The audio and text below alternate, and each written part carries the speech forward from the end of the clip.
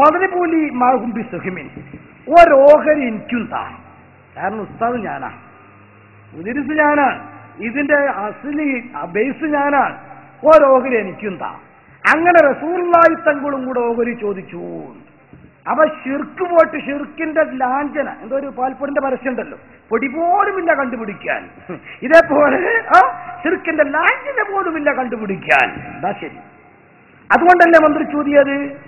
ആ പാരമ്പര്യം സ്വഹാബത്ത് ഇസ്ലാം കൊണ്ടുവന്ന കേരളത്തിൽ ബഹുമാനപ്പെട്ട ഇന്ത്യ രാജ്യത്തെ ആദ്യത്തെ പള്ളി, the first mosque of India, അതാണ് ചേരമാൻ പള്ളി.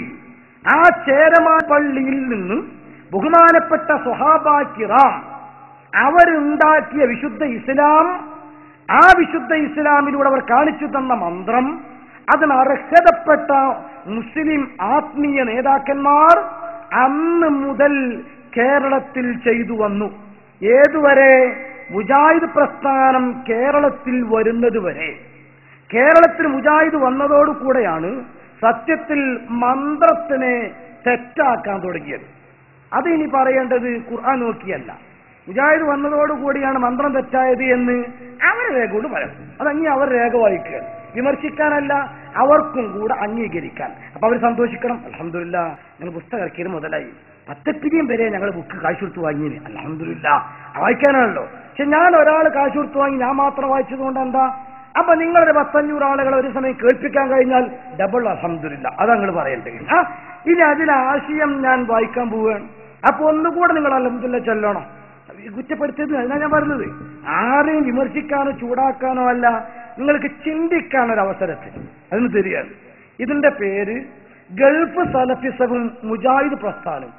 ബുക്കിന്റെ പേരിന് അങ്ങനെ എഴുതിയത് MI മുഹമ്മദ് അലി സുല്ലമി. ഒന്നും കൂടെ ശരിയപ്പി, കാരണം സുല്ലമിയാണ് എഴുതുന്നത്. കേട്ടോളൂ. വെള്ളത്തിൽ മന്ത്രിച്ചൂതൽ ഇസ്ലാഹി പ്രസ്ഥാനത്തിന്റെ ആഗമനത്തിനു മുമ്പ് എന്ന് പറഞ്ഞാൽ ഇസ്ലാഹി പ്രസ്ഥാനം വരുന്നതിന്റെ മുമ്പ് ഖുർആൻ പാരായണം ചെയ്ത് വെള്ളത്തിൽ മന്ത്രിച്ചൂതുന്ന സമ്പ്രദായം കേരളത്തിൽ വ്യാപകമായി ഉണ്ടായിരുന്നു. റാബി ആരാണ്? സുല്ലമി. കിതാബ് ഏതാണ്? ഇസ്ലാഹി പ്രസ്ഥാനം. കേട്ടോ, തീർന്നിട്ടില്ല. ജലദോഷം, പനി, വയറുവേദന തുടങ്ങിയ ലഘുവായ രോഗങ്ങൾ മുതൽ അർബുദം വരെയുള്ള രോഗങ്ങൾക്ക് വെള്ളം മന്ത്രിച്ചൂതുന്നത് ചികിത്സയായി അംഗീകരിക്കപ്പെട്ടിരുന്നു. അവൻ നിസ്സാരമായ ജലദോഷം മുതൽ വളരെ ഹൈ രോഗമായ ക്യാൻസറിന് വരെ വെള്ളം മന്ത്രിച്ചൂതി കൊടുത്തിരുന്നതാണ്. ഞാൻ ചോദിക്കട്ടെ, ഈ പാരമ്പര്യം നിലനിൽക്കുന്ന എവിടെ? ഏതെങ്കിലും മുജാഹിദ് പള്ളിയിലെ മൗലവി വെള്ളം മന്ത്രിച്ചൂതി കൊടുക്കുന്നുണ്ടോ?